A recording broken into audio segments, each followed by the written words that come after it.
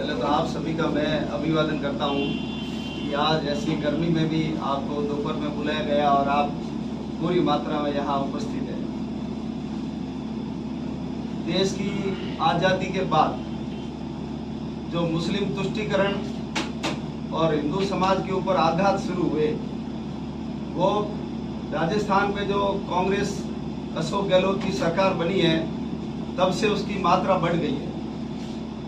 जब से कांग्रेस की सरकार किसी भी राज्य में बनती है तो एक विशेष लोगों को ये विश्वास हो जाता है कि अब हम कुछ भी करें हमारे ऊपर किसी भी प्रकार की कोई बाधा आने वाली नहीं है। समय समय पर सरकार ऐसे काम कर करके इनको आश्वस्त भी करती रहती है। राजस्थान में जब से कांग्रेस की सरकार आई है, आपको पता होगा, इन्होंने मदरसा बोर्ड का गठन किया। 30 जिलों के अंदर मुस्लिम कॉलेज खोले जाएंगे। गायों के लिए स्टाम्प ड्यूटी वसूली थी ताकि गौशालाओं की स्थिति ठीक हो। वो स्टाम्प ड्यूटी का जो पैसा है वो किसी और काम में खर्च कर दिया। इंदिरा रसोई जो है उसका नाम हिंदू देवी अन्नपूर्णा के नाम से था, लेकिन वो उनको पसंद कैसे आ सकती है, इसलिए उसका नाम इंदिरा रसोई कर दिया। भगवे रंग से तो इतनी नफरत हो गई कि छोटी बच्चियों को जो साइकिलें दी थी उसका रंग केसरिया से बदल करके उन्होंने काला कर दिया। मंदिर तोड़े जाते हैं, हिंदू त्योहार आते हैं तो 144 की धारा लगाई जाती है। हिंदू त्योहारों के ऊपर बिजली काटी जाए और मुस्लिम त्योहार आते हैं तो आबाद गति से बिजली की आपूर्ति की जाए, ये आदेश निकाले जाते हैं। कोरोना में भी देखा होगा कि सरकार ने रोजा खोलने के लिए या जहां ये लोग भर्ती थे उनके लिए इन्होंने खजूर और मिठाई की व्यवस्था की, लेकिन मंदिरों में जाने वाले लोगों के ऊपर केस दर्ज हुए। ऐसे अनेकों काम सरकार ने किए।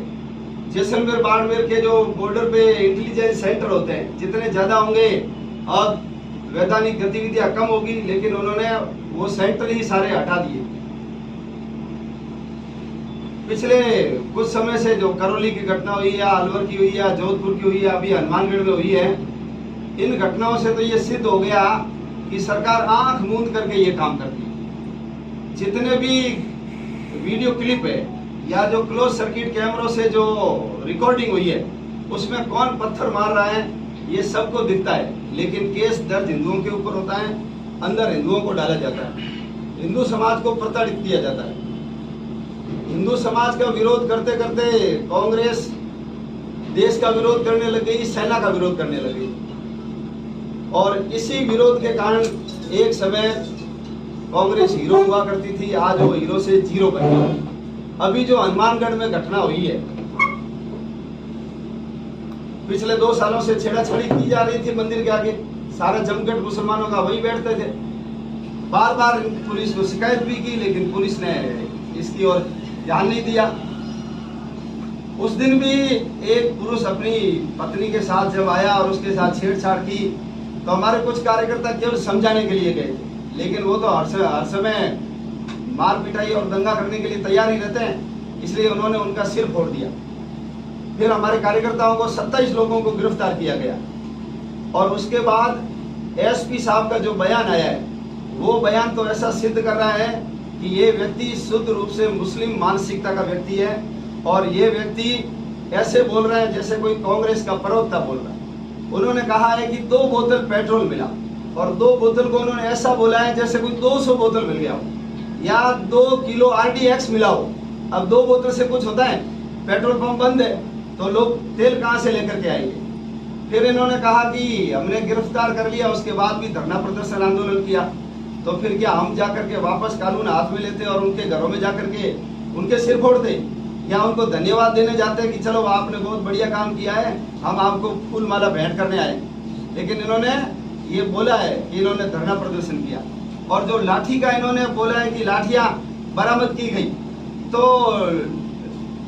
लाठियां तो वो थाने के आगे थी, और यदि कुछ करना ही होता आगजनी वगैरह तो उस बस्ती के अंदर जाते, लेकिन वहां बस्ती के अंदर कोई घूमते फिरते मारते पीटते उनकी गिरफ्तारी नहीं हुई है। फिर इन्होंने जो 200 लोगों की संख्या का बोला है, तो आज का जो सोशल मीडिया है उस सोशल मीडिया में आधा घंटा में 200 लोग इकट्ठा होना कोई बहुत बड़ी बात नहीं है। हमारी ताकत तो वहाँ 2000 लोग इकट्ठा करने की। यदि हम आधा घंटा में मैसेज करें तो विश्व हिंदू परिषद का काम इतना ज्यादा है कि हम 2000 लोगों को इकट्ठा कर सकते हैं, लेकिन हमारी योजना नहीं थी। ये जिसको समाचार मिला वो लोग ही वहाँ आए।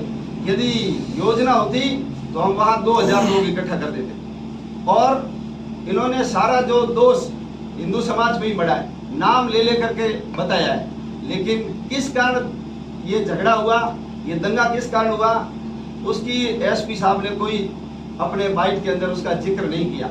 जिन जिन मुसलमान लड़कों ने पत्थर फेंके, सिर फोड़े, उनमें से किसी का भी नाम उन्होंने नहीं लिया।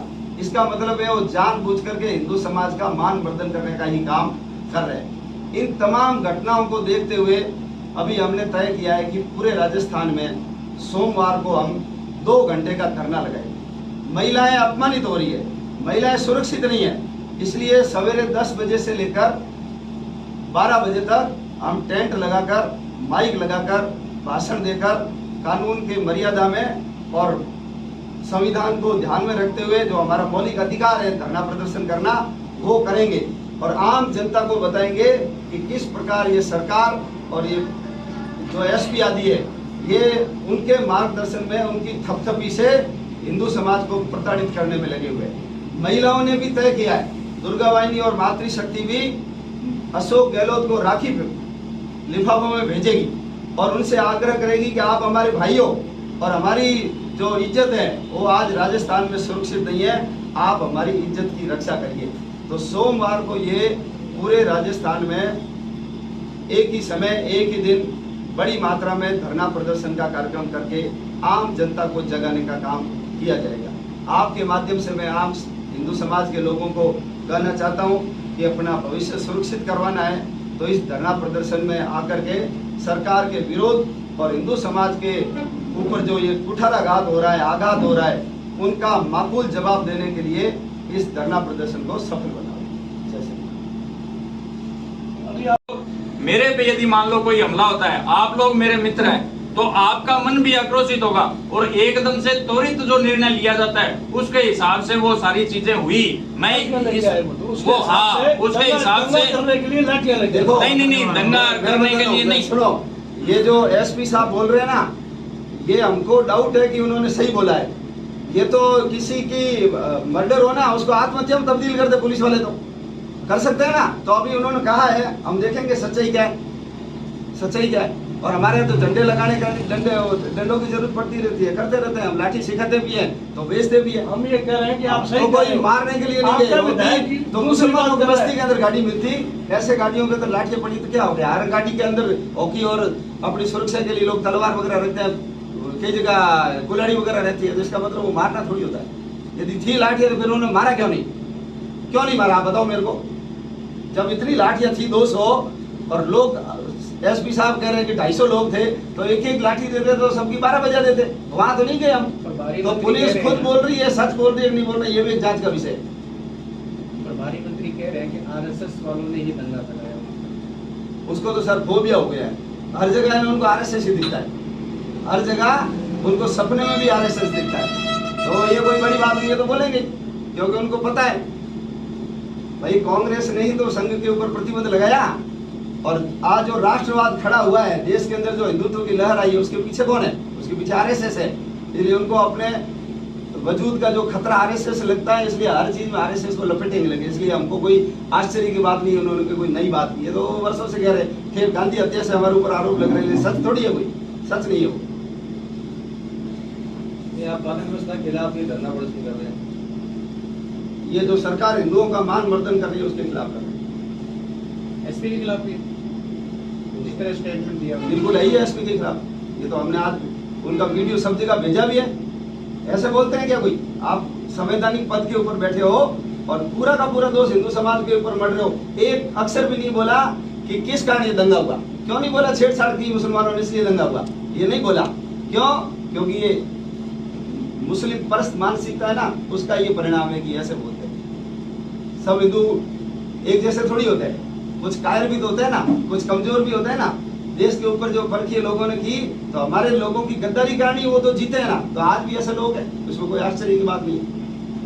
जैसा एसपी ने जब प्रेस वार्ता की तो 2 मुकदमे बताए, एक आपकी तरफ से, एक उनकी तरफ से। बाकी मुकदमे उस समय किसी भी तरीके से किसी भी पार्टी समझौता में नहीं बताया गया था, तो वो बाद के जो मुकदमे बने, क्या उसकी जानकारी किसी को दी गई? ये आप लोगों को है जानकारी? जब वार्ता के लिए अपने जब पहुंचे थे वहां पे, तो केवल और केवल 2 ही जो अपने मुकदमे थे उन पे बात हुई थी कि ये 2 मुकदमे, एक उनकी तरफ से है और एक जो है ये आपकी तरफ से, ये 2 मुकदमे। और तीसरा उन्होंने ये एक कहा था कि हम जो ये 27 लोगों को हमने 107 इकाओं में पाबंद करके छोड़ देंगे। और कमिश्नर साहब ने भी ये आश्वस्त किया था कि ये सारा विषय जो है आप यहीं समाप्त कर दें, तो हम क्या है कि हम भी कोई कार्रवाई नहीं करेंगे। और बिल्कुल अंधेरे में रख के अगले दिन हमें पता लगता है कि अपने जो 5 जो कार्यकर्ता हैं उन पे प्लस जो 22 अन्य हैं उन पे भी रोड जाम के मुकदमे दर्ज किए। उसके अलावा ये जो 295 ए में इन्होंने मुकदमे दर्ज किए, जबकि ऐसा कोई वहां पे था भी नहीं। और सीधा सीधा जब कल हम मिले थे प्रशासन से, तो उनको ये बात की तो वो हंसने लगे। उन्होंने कहा जी हाँ, ये तो एक गलती हुई है, चूक हुई है हमसे, ये मानते हैं वो। और सबसे बड़ा जो विषय सामने आता है, हम ये नहीं कहते कि आप सबको बराबरी पर यदि रख के चलेंगे तो एक बैलेंस रहेगा, कहीं भी ना इधर आप झुकिए ना इधर झुकिए। ठीक है, सरकारें झुक सकती हैं, आप प्रशासनिक पद पर बैठे हैं, संवैधानिक पद पर हैं, और यदि आप अपने पद की गरिमा गिराएंगे तो आप सोचिए कि आम जो जन आपकी ओर देख रहा है उसके मन में आपके प्रति विश्वास होगा या नहीं होगा। बिल्कुल ये विश्वास उन्होंने खोया है, पूरे अपने हिंदू समाज का विश्वास खोया है, अपने हनुमानगढ़ की जनता का विश्वास खोया है। और इन्होंने जो बार बार बोला है ना कि योजनाबद्ध, तो योजनाबद्ध यदि होता तो हम मार खाते क्या? आज सिर किसका फूटा है? विश्व हिंदू परिषद के कार्यकर्ता का फूटा है। तो योजना हमारी नहीं थी, वो 50, 60, 70 लोग कैसे इकट्ठे हो गए और उनके पास लाठी डंडे कैसे आ गए, ये भी एक शोध का विषय है कि योजना उनकी थी या हमारी थी। वो भी कह रहे आधे घंटे में 250 लोग आते हैं। तो आधे घंटे में कम पहुंचे ना हमारे। यदि योजना होती 2000 लोग पहुंचते, हम 1 घंटे में 2000 लोगों को इकट्ठा करने की हिम्मत रखते, इतना हमारा संगठन है। इसका अर्थ है योजना नहीं थी तभी 200 लोग आए, नहीं तो 2000 लोग आते, 2000 लोग आते। और नई बात नहीं है, शुरुआत की बात है। शुरुआत में जब ये हमारे आदमी गए थे, विश्व हिंदू परिषद के आदमी गए थे, तो वो कोई हथियार लेके नहीं गए थे। दंगे की नीयत होती तो शुरुआत में जाते, उसमें उनके पास हथियार। जो वो अपराधी प्रवृत्ति के आदमी मंदिर के आगे हमेशा बैठ करके जो बात करते हैं, वो पहले से ही प्लानिंग थी, उन्होंने दंगा शुरू किया।